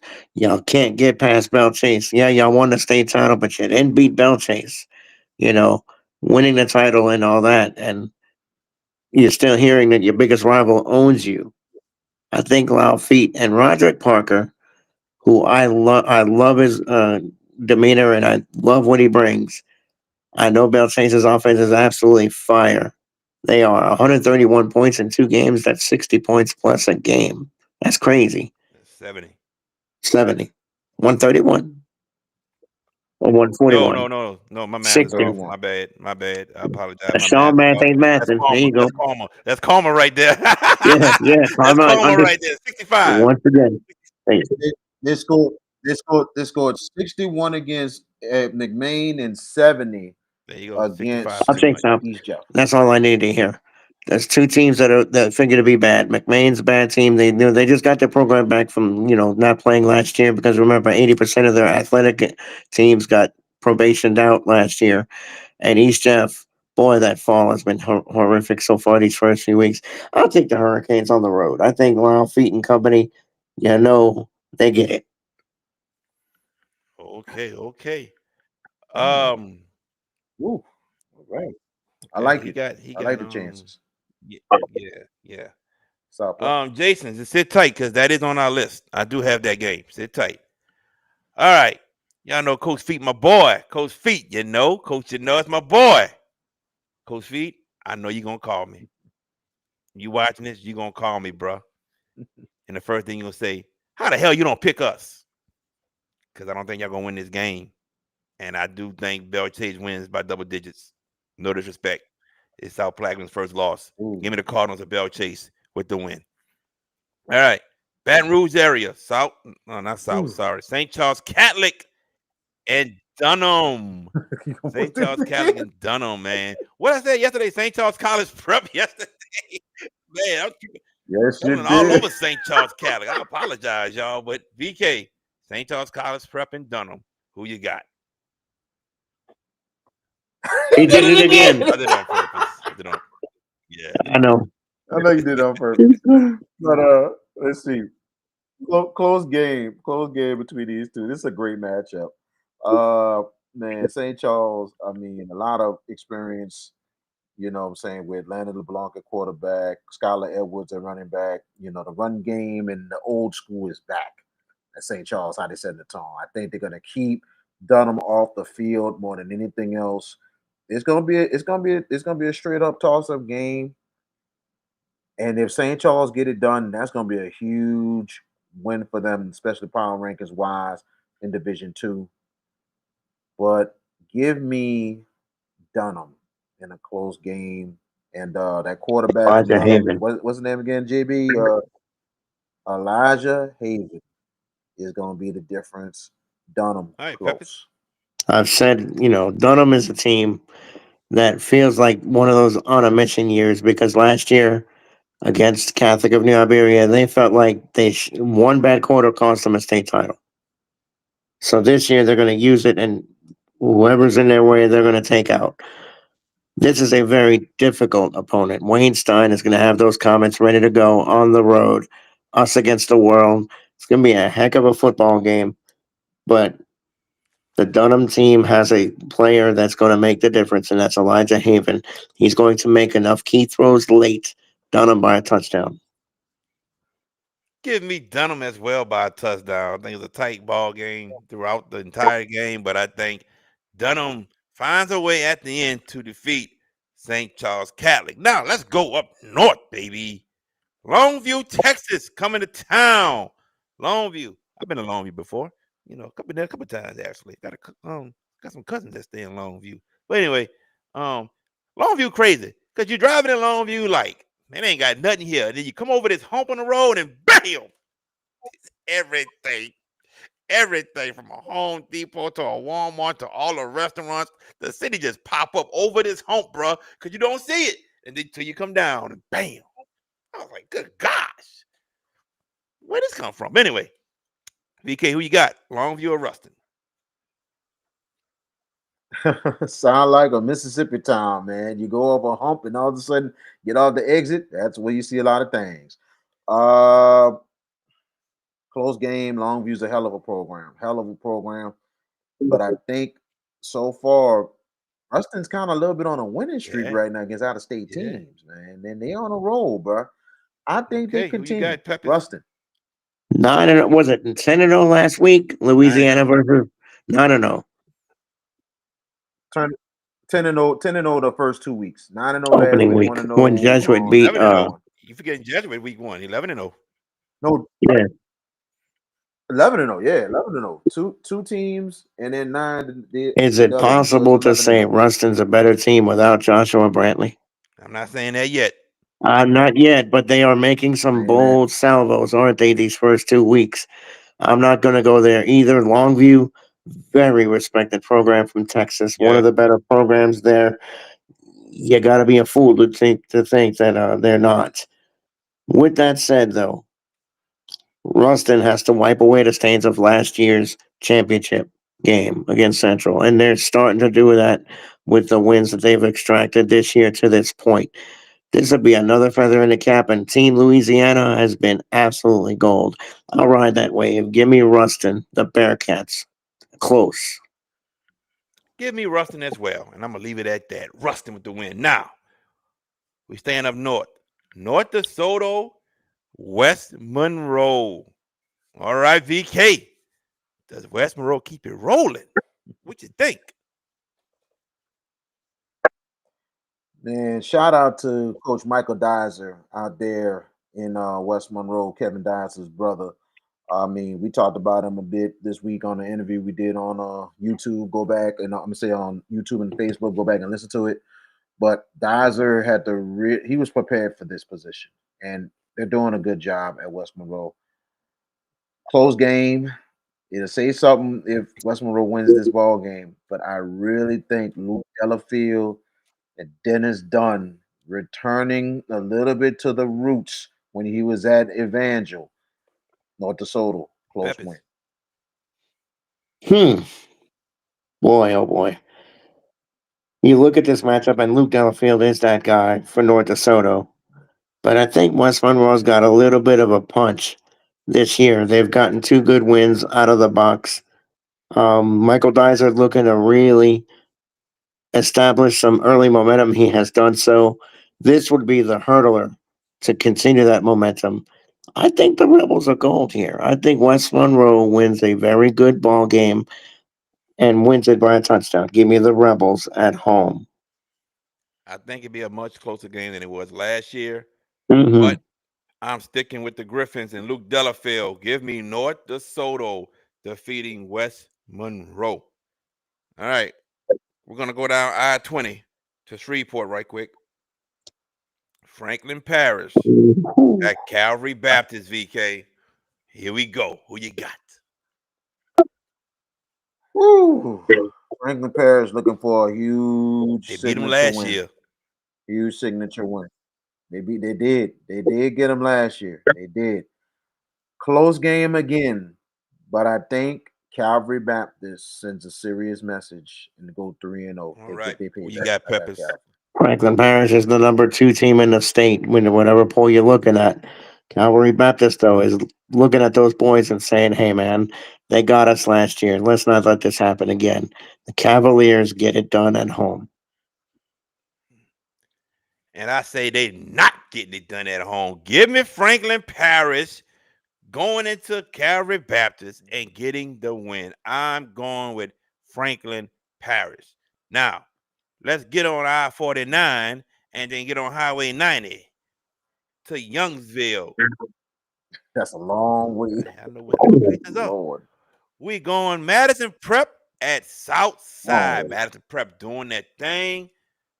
Oh man, I think this game gonna be close. I really do, VK. Madison Prep beat Dutchtown and I agree. Mandeville. Now they're playing Southside. What you think? Whoo, man. Madison Prep has had traveled a lot of miles, and they have Yeah. not played a home Mandeville. game yet. Mandeville. But Mhm. it did. Mandeville. Mandeville's home game. You're right. That's right. That's right. I'm sorry. That was the home opener. But at the same time, look at the opponents they played. This is some tough opponents that's going to get them together. Southside is going to be ready to go. A big momentum win last week. Huge last week. Close game. But I think Madison Prep's on a mission, bro. They're on a serious mission. I got Madison Prep getting the win. Peppers. The Chargers. who beat Southside last week? I know they lost to Notre Dame week 1, but Southside won last week. Who did? Westgate. That's right. Westgate. Oh, that's another one I should have picked the road team, but I couldn't. I'm with VK here. I'm gonna go Madison Prep, JB. I think they're a team that's putting stomps on people, and they're gonna put another stamp here, but it's gonna be close. Give me Madison Prep on the road, pulling off a very big win. All right. Okay. Ladies and gentlemen, Madison Prep will get their first loss of the season. This option veer wing T will give them fits. Southside will get the win over Madison Prep. I ain't looking at no film. You I ain't must have had looked time to at look at some film. nothing. That's all. Really? Mm-mm, You mm-mm. I'm just asking because I'm like you said something That's about the what they beard and run. all That that. I'm Jess like you must have Curtis seen some offense. highlights or Madison Prep gets their first loss of the season. Southside goes to 2-1. Now, let's get back something. Taking a on chance. Highway 90 and we're going to go I-10 West. Opelousas coming down to play Lake Charles College Prep, VK. Who you got? Oh man, this is another interesting game in itself. Opelousas having a week off to prepare. Uh, Lake Charles College Prep would be maybe one of the best comebacks we've seen in years. Um, Close ball game. Harry Coleman's gonna have that team ready to go. But I got LCCP getting it done. All right. LCCP goes to Peppers. 2-1. 2 concerns for Lake Charles College Prep. They were down big. How much energy did they extract to get that win? Coming back from a long way back, and it was a rival, a territorial rival. So those are 2 factors that I think now leads to me to think Opelousas is a fresher team. They've had a week to stew about what happened in week 1, and I think Harry Coleman steals one on the road. Give me Opelousas to win this game. And I'm here to tell y'all, Coach Coleman looking for that first win as the new head coach for Opelousas. Not this week. Not this week. Lake Charles College Prep with another victory as they will defeat Opelousas. All right. Now let's go back down I-10 East, and we're gonna exit off exit number 93, I believe. Scott, Louisiana. St. Thomas More at Acadiana. Somebody got to get their first win. And we are not accustomed to seeing both of these teams being 0-2. Somebody going 0-3, somebody going 1-2. VK, who's going 1-2? Well, it's interesting to see this Lafayette area. It's kind of the turning of the tide so far, first 2 weeks. So these two juggernauts going against each other get their first win. Close Oh, let game, me stop you right quick. What's up, Coach but Tyron Tustin? What's up, man? I'm uh-oh. glad you're here. I'm glad you're here. You see, we picking that LCP. We picking them except that dude down there. He pick Appaloosas. But as you see, we picked the LCCP, Coach Tyron Tustin. Thank you, bro. Go ahead, VK. Close game, but I have STM Okay, who you getting their got, first win of the Peppers? year. Jared, you asked the question last night. Who's the best 0-2 team in the state? Yep. We both agreed it was St. Thomas More. Acadiana is really struggling at 0-2. They've been the one that hasn't really gotten out the gates. I mean, they got walloped by Ruston in week 1, lost again in week 2. STM's lost. I mean, they lost to Karen Crow, and they did lose again last week. But Jim Hightower is too good of a head coach. I think he's gonna get a game where Cole Bergeron, the quarterback, gets some confidence, and STM wins this game at Acadiana. Yeah. STM wins this game. Double digits. They win double digits, without a doubt. All right. So we're not going too far. We're gonna stay on I-10. And you can get the Turlings actually off of Highway 90. So we go back down just a little bit, not too far. Turlings at Notre Dame, but Notre Dame, they're in Crowley. So guess what? We stayed on I-10, I-10 West, East. Um, no, West. We're going West. We're going West, I-10 West, West.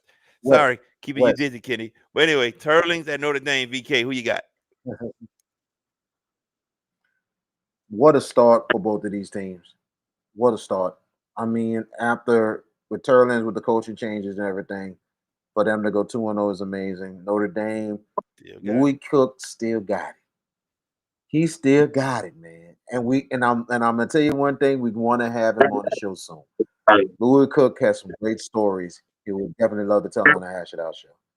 Close game, but I'm gonna go with Notre Dame of Crowley. Give me the Pios. Okay, Peppers. Make that two of us. I'll take Notre Dame. I think this is a very good football game. And I think Louis Cook, that team looks like they have a little bit of that swagger back. Um, and this is a game that can really reestablish them with more momentum than they already have. Give me the Pioneers at home. Okay. And give me Turlings Catholic going to Crowley and leaving with the win by double digits. Give me Turlings. They win in this game. Turlings Catholic, ladies and gentlemen. Yes. And we're going to get back on I-10 West. And you can see this school off Interstate 10. You can see it, I promise you. It's right there. Westgate making a short trip to take on Lafayette Christian Academy. VK, who wins? Close game here. Goes down to the fourth quarter. LCA has just been really, really proving everybody wrong. And I think they pull out a grinder and they go 3-0. Give me Lafayette Christian. For you, Z Cheese, Peppers. Lafayette Christian. Who was worried about Z Cheese, but I'm going to pick Lafayette Christian because I feel like they have rediscovered some momentum. Again, I talked about this with the turbulence that they had last year with the midseason coaching change and everything else. They've got a solid footing now. Give me Lafayette Christian at home. Yeah, I'm going Lafayette Christian as well in this one. I think Lafayette Christian gets the win over Westgate. Tough ball game, but Lafayette Christian with the win. All right, to our last game.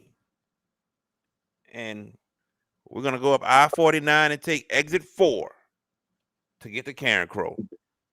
Zachary coming to town to play the Karr Bears.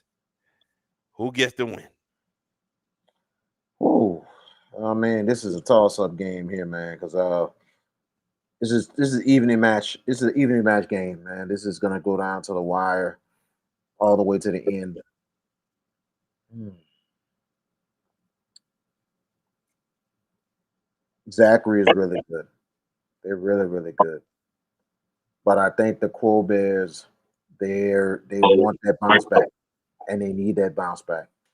So I'm gonna go with the Bears, the Crow Bears of Karen Crow, getting it done, possibly by a field goal. It's gonna be really close. Peppers. Why not close it out with another close game? I think this is a good one. But give me Zachary to go on the road and win a game that I think is decided by a late field goal. Zachary. Okay. Give me Zachary Broncos as well in a close one. Give me the Broncos of Zachary. And DJ13 wanted to pick 35 to win by 1 point. Sure. Against Karr? Not he's being sarcastic, George. Very. I'll give him 35 and Of course 35. you would. Of course you would, George. Yes. No, I got the syndrome. Yeah. no 35 beating Karr this year. No, All not right, at all. ladies and gentlemen, that is it for our show. Last words, Peppers. Don't forget tomorrow night.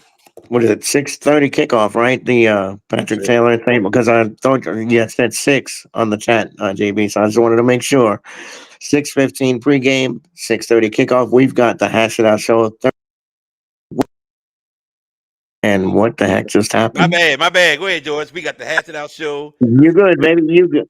You good, my brother? You good? But tomorrow night, 6:15, we will come to you from West Jeff Stadium, Hoss, Memphis, to bring you our Thursday night game of the week between the Saints of St. Martin's and the I forgot Patrick Taylor's name. Holy cow! I just brain locked. Tigers. Tigers. I just completely brain froze. You ain't with their group no more. They didn't kick you I out. know I'm kicked. Yeah, eviction. The eviction notice has been served. But no, it should be an entertaining affair. We will bring it to you on JB the Sports Guys YouTube page. 6:15 pregame, 6:30 kickoff, and then Friday night we've got St. James at Terrebonne, which promises to be a white hot affair. 6:45 pregame, 7 o'clock kickoff for that game. And stay tuned. We may have something else in the irons. We'll see. But as far as this weekend, it's week 3 of the prep season. Lots of enticing games. And of course, another weekend of college and pro football. Some interesting matchups in those dockets as well. I'm just looking for next weekend, JB, when the Ryder Cup comes back calling. One of my favorite golf tournaments is that one. Yes, indeed. Austin, I don't know what you're talking about. Like, I really don't. Like, just tell us you don't want us to watch. What are you talking about? Wait, I'm what's he really lost. saying? What's he Go saying? ahead. I don't know. That's what I'm asking him. I don't know what he's talking about. I really don't. But go ahead, VK, your last words, and then I'll go after. Okay. Man, great week of shows and everything. We'd like to thank our guests and all that stuff. And we'd like to thank y'all support. 251 shows now and everything. We continue to grow and grow. We thank our sponsors and everything else.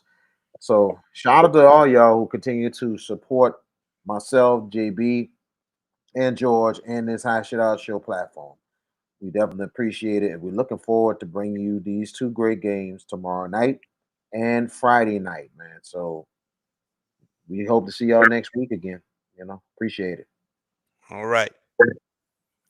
They already said it pretty much. Tomorrow night, Patrick Taylor versus St. Martin's. Make sure you all tune into that. 6:15, 6:30, like George said. And Friday night, Terrebonne versus St. James, right here on the YouTube page of JB the Sports Guy. That's gonna be a great ball game. Also, y'all tune in. Want y'all tuning in with us to watch these games. Give us your comments and all that good stuff.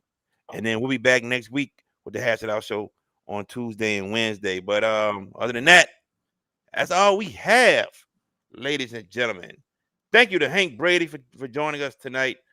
And we'll be back tomorrow and Friday, maybe Saturday. There's a possibility of us having a game on Saturday. We'll see.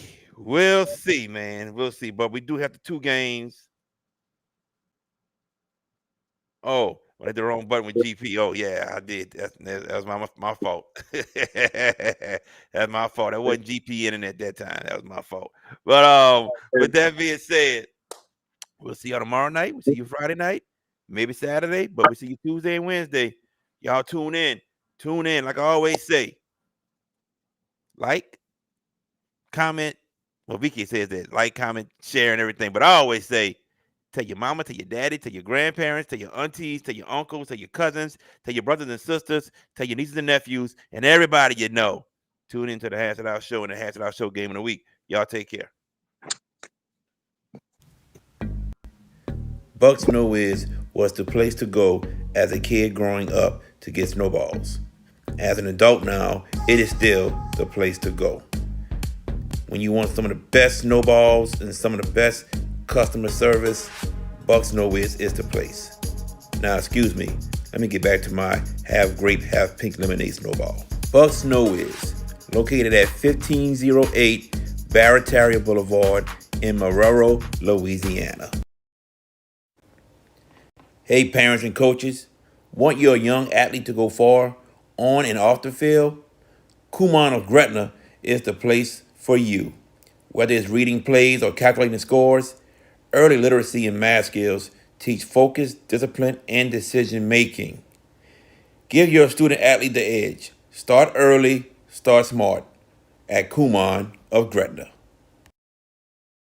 If you're looking for the best pizza in Metro New Orleans, then you're in the right place. Moe's Pizza has a great selection of Italian food that can satisfy your appetite, and they can also cater to your needs in any event. Give them a call at 504-341-9650 or log on to www.moespizzanola.com, located at 1112 Avenue H in West Wego, Louisiana. Moe's Pizza, Italians do it better.